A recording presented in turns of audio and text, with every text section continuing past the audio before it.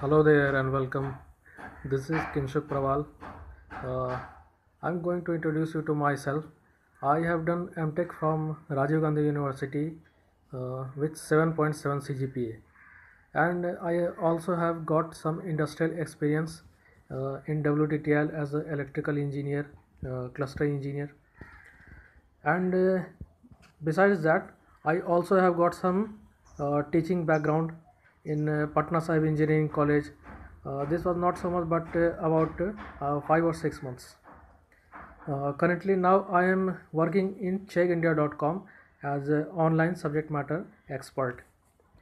Uh, Now I am going to deliver a lecture in which I will explain some topics such as thermodynamics, difference between thermodynamics and heat transfer, difference between temperature and heat, and what are the modes of heat transfer, and the three laws of thermodynamics. So now going to start with what is the main difference between temperature and heat. So temperature is a point function. So temperature describes degree of hotness of the hotter body. Uh, it is denoted as T, and it can be measured in terms of degree Celsius or degree Kelvin. So this was the temperature, and what is the heat? Uh, Heat is the measurement of the energy which is transit from hotter body. So heat can be measured in what is the unit of heat? It is Kelvin. Sorry, it is calorie or joule. So this was heat, and now now I will explain difference between thermodynamics and heat transfer. So what is the thermodynamics and heat transfer? So thermodynamics explains how much heat is transferred, which is denoted as delta Q. How much work is done, which is denoted as delta W, and final state of the system. And now, what is the heat transfer? Heat transfer, we can study by what modes the del Q is transferred. Means by what mode heat is transferred, the temperature gradient of the system, and at what rate the heat is transferred. So the 3 points are explained in heat transfer and thermodynamics. So this was the difference between thermodynamics and heat transfer. Now coming to what is the mode of heat transfer. So heat transfer can be described by three modes, which are given as conduction, convection, and radiation. In conduction, what is the conduction? So conduction is a phenomena in which a energy transfer across a system boundary is due to a temperature difference by the mechanism of intermolecular interaction. Means heat transfer is also done by help of colliding electrons, which are colliding from one to another, and another to some another, and thereby transferring the heat from hotter body to colder body. So heat is transferred by convection in this mode, in this operation. According to Newton's law, according to Fourier's law, heat transfer phenomena by conduction is given by equation. So what is the equation? Q equals to minus Ka into nebula T upon L. So let me write it.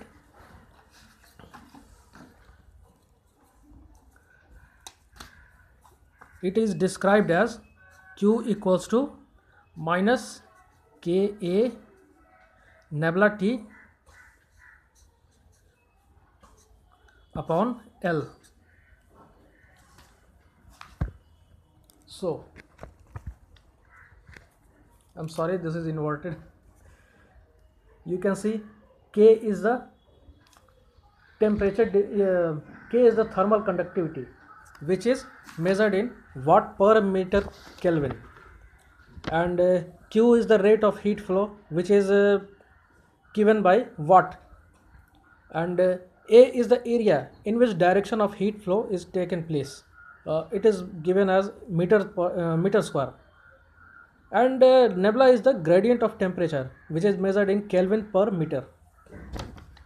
So this was all about mode of heat transfer through conduction.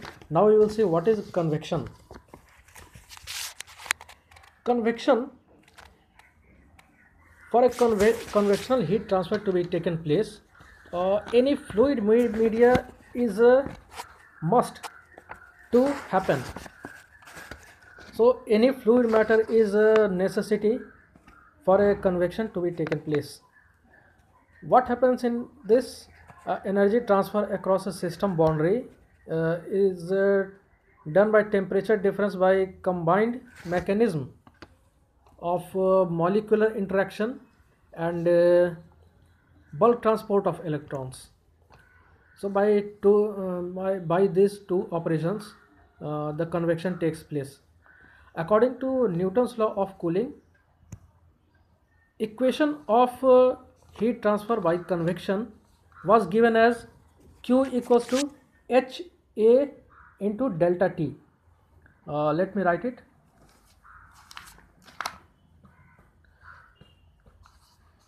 Q equals to HA into delta T.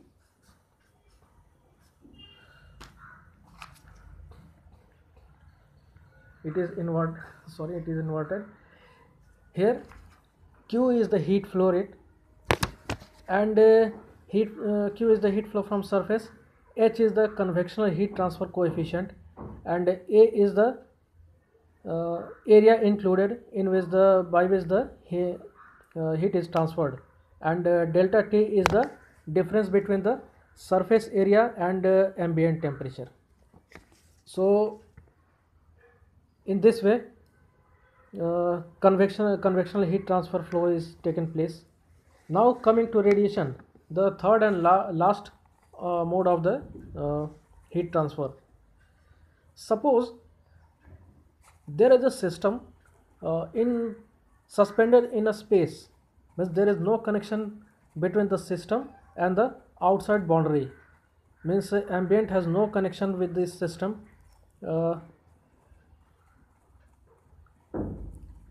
So the system, in this system, some hot body is kept. There is a hot body suspended in a space, and there is no connection between the wall temperature, which is ambient at. So after some time we can see that the surrounding wall is also increased by some temperature. So how does this happen? There is no connection between the body and the wall.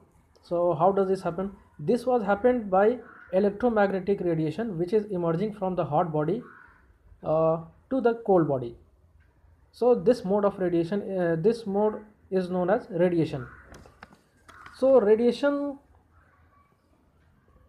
is described by the equation, which can be given as Q equals to epsilon into sigma into A into TS4 minus T SUR4. Let me write it.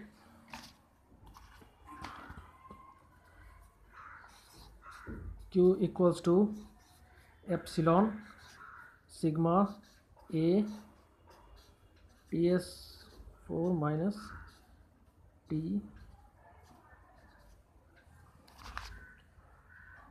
So this is, in which Q is the heat flow rate, epsilon is the emissivity, and sigma is the Boltzmann constant, A is the area, and T is the surface temperature, and TSUR is the surrounding absolute temperature of the surrounding, which is measured in Kelvin.